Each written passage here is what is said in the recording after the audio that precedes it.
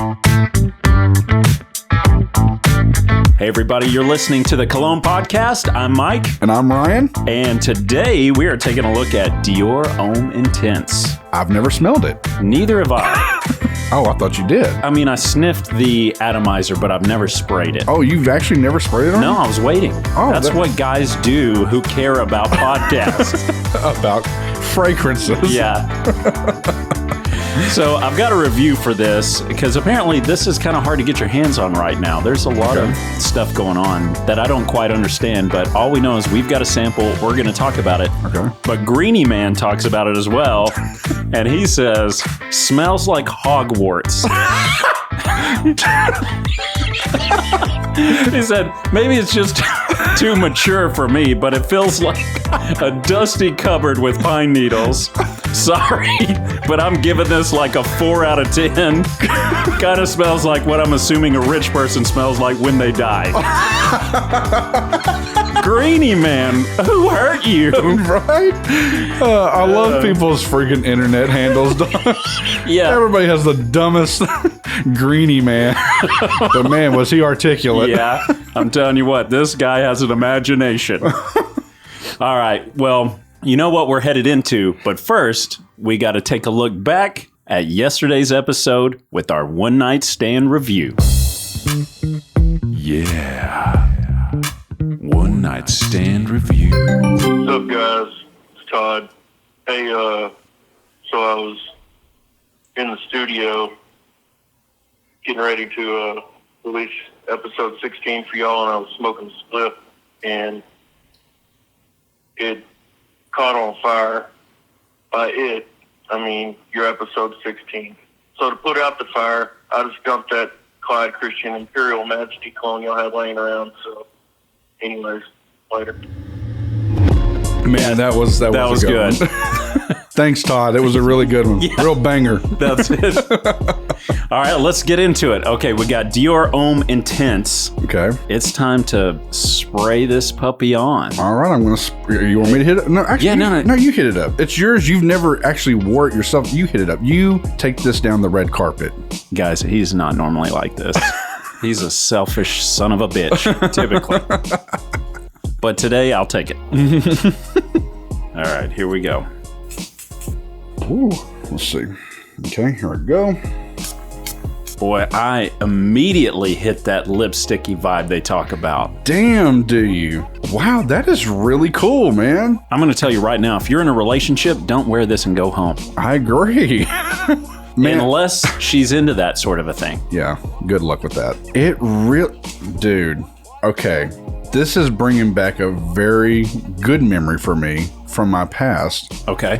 Where I used to check out the lipstick. Yeah. But no. You used to wear lipstick to middle school? Okay. It was a phase. It's fine, Ryan. Obviously, this isn't the same thing because this just came out a few years back. But man, I can remember in the 90s going over to somebody's house and I feel like their mom had something that smelled like this in their house. It's semi-masculine, semi-effeminate. Is this unisex or no? I think this is for men. Man, it's very soft. Am I saying it? Does that feel the same to you? Is it soft to you? Yeah. It smells like a makeup bag to me. It really does. I wouldn't think I would enjoy that, but I'm enjoying that. The funny thing about it is, and I know we're going to do like an episode on this, but this doesn't come across as your generic designer vibes. I agree. That is very, very different. And now I'm even more intrigued because you were saying this is something hard to come by here in the States. I don't know exactly what the story is, so I'm going to speculate here. Okay. Our favorite audience members, as you're listening,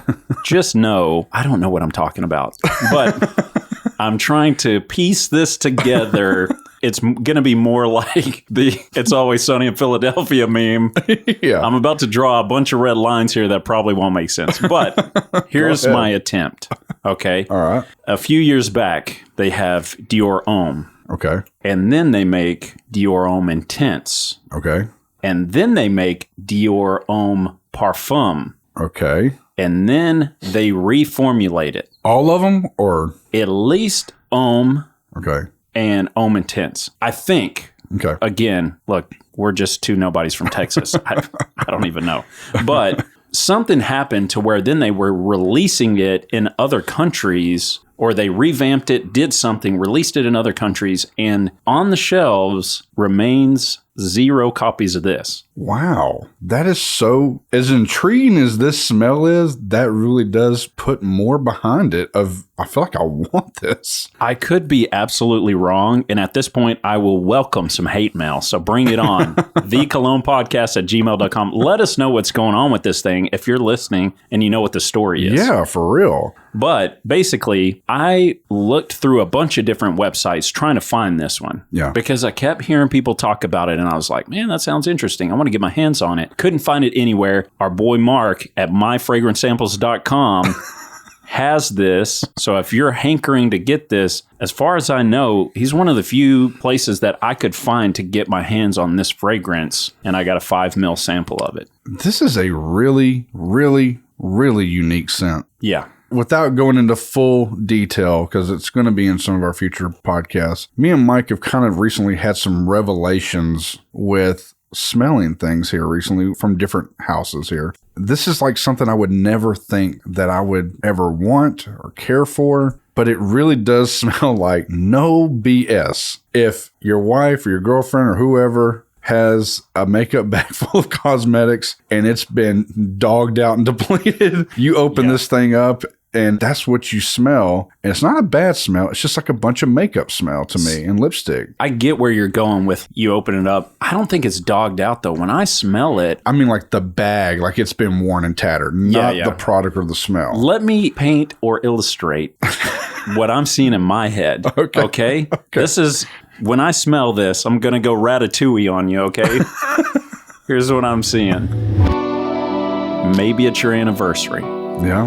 Maybe it's just a one-night stand that turned into a weekend thing, but you're in a hotel room with a beautiful woman who's just gotten out of the shower and she's getting ready. Yeah, that's the vibe, man. I can get on that. It's clean. It's makeup. It's sexy. God, I can't believe this is a man. Now, hear me out. I would wear the hell out of this, but I'm really shocked that it's not unisex at the very least, because I feel like my wife could put this on and it would drive me nuts, man. This smells great, dude. Mike's checking to see if it's unisex. It's Dior Homme Intense, right? Yeah. Homme just means man in French. Yeah, that's crazy. I mean, are you as perplexed as I am? Because I really am. Like, it's a really crazy good smell to me. I really do hate that I can't just walk up into a Macy's or Nordstrom's and grab me thing. Okay, hold on. Google translates throw me for a loop here. Okay. Because, and forgive us, we're from Texas. East Texas at that. The only French we know about is French fries. Pretty much. So, could it be man as in royally, like human? You know what I mean? Okay. So, could it be human being? So, because I'm seeing this, and now it says person or individual. Interesting. So, here I go to the internet. I'm just going to Google, is Homme Intense unisex? Welcome to the Cologne podcast, where Mike surfs the internet for 30 minutes. All right. Well. You ready? Shut up. Okay, so I can't figure out anything. I'm going to give you an answer. I don't care what the internet says. This is definitely a unisex fragrance. I agree. I think a woman or a man could wear this and pull it off, and I think every bit of the opposite sex would be like, man, what are they wearing? That's really different. Here's the thing. In a good way. Man, I feel like if you're a man and you wear this and you're in a serious relationship, you're going to get fucked up, dude. She's going to come down hard with that people's elbow. Man, but you know what? Smell your wrist right now. I haven't smelled my wrist in a minute. I smell more leathery there. Yeah, but it's still soft and feminine. Yeah, it is. I could see if a woman put this on, I would love it. I would too. It is like everything that is feminine. It really is. I'm blown away. I feel like this is not at all what I expected. This isn't either, man. I'm really blown away. I feel like these last few podcasts, I feel like we've been too positive on things. I don't want people to think that we're just like, yeah, that's great. This is great. I'm being serious. We're coming from very basic sense that we used to just wear generically all the time to like really dabbling into some high-end designer to niche fragrances. And so this is kind of stuff we've never been really privy to smelling a lot of. So this really is different to us, but I'm really enjoying enjoying this. Yeah, I am too. It's just the experience of it all. Yeah. That's the thing is sometimes it's not just about like, what am I going to wear to smell good? Yeah. Sometimes it's about taking the journey. I'm with you on that. And just enjoying it. Yeah. This is badass. I like it. All right, Ryan. Are you going to fly to France right now and buy this? Are you going to skip it? You going to go to myfragrancesamples.com and sample it? What are you going to do with this thing? I may have a weird answer for this. This smells like something I would probably buy my wife. And if she doesn't like it... And wear it yourself when she's out of town? Wear my damn self if I have to. But I would buy this because for me, I'm weird. I'm like one of those people like, they say stuff like, absence makes the heart grow fonder and stuff. Like, so knowing that I can't just walk out and grab this so easily, it does have a little mystery and intrigue to it. And now that I smell it, I'm like, I want to make sure I can have my own copy of this, if that makes sense. So yeah. I will probably seriously, legitimately buy this. I'll market it as I'm giving a gift to my wife, but if she doesn't like it, it's for me. There you go. You can wear it along with her pantyhose whenever she's got the kids in town, huh? Yeah. I'm going to say buy it as a gift. That's smart, isn't it? Yeah. I mean, honestly, it is something that I would just tell her straight up, too. Hey, there's probably going to be some times I'm going to dab this on. Yeah, It's legit. You know me, Ryan. I'm all about experimenting with unisex fragrances. Yeah. I don't think this is far of a stretch because it seems like it's marketed towards men. Yeah. But, man, when I'm smelling it, it feels extremely feminine, but there is a certain quality about it that makes me go, I'm tempted to wear it. I am too. I should have looked at it before we got on this, but I bet you women probably do like the smell. Sure. Probably a home run with them. Well, that's the thing that I've kind of said before. Women, I mean, as far as I know. Yeah, stop, mansplaining to me, okay? But as far as I know, the typical trigger is something that smells nice to them. Yeah. And you wear something that they go, oh, that smells nice. I like that. Exactly. As opposed to going, he smells like he's been fighting bear in the woods. Like guys put that on are like, hell yeah, I feel like Rambo when I spray this shit on it, But to them, they're going to be like, yeah, that just smells like an animal carcass. There is something intriguing to the opposite sex when you wear something that speaks to their gender. Yeah. And so stuff with florals, stuff with this sort of quality, I'm no psychologist here. I would assume there's something attractive about it. I think there is too. Another thing is, I can't believe this is coming from Dior. I know it's going to sound like I'm snobby, but Mike will tell you, I'm not like the biggest fan of Sauvage. Yeah. Even though I know that that's a hit maker with women. They love that smell. Knowing that this is from Dior and, of course, Sauvage is everywhere, I really am wanting to get to the bottom of why is this not being marketed in America and sold? Because this is really unique. Again, we may get off here and jump online, and you can buy a bottle of it at every street corner. But a few weeks ago, whenever I put in the order to get this sample, for some reason, man, I had a hard time finding it. Wow. And I was just looking for prices to see. Yeah. Am I going to spend $12 on a sample when I can go and buy it for $45? Yeah. I can't find it anywhere. Yeah, something strange with that. I mean, but that's adding the mystery to it for me and why I want it now. Yeah. Man, that's sick. I don't smell anything masculine about this at all. I don't, but I mean, I could see a guy wearing it, though. Yeah, Norman Bates. I'm a fan. So, yeah, it's a buy. Yeah, same. Buy as a gift. Hope they don't like it. Well, here's what... You're like, here, I'll return that for you. Return it to my closet, Because I'm going to be honest with you, like in buying some of these samples and stuff, I've bought fragrances that I don't wear, but occasionally, this is going to sound weird, but it's almost like you want to snack on them. You're like, give a little spray in the air just to smell it and go, ooh. Yeah. You know what I mean? Definitely.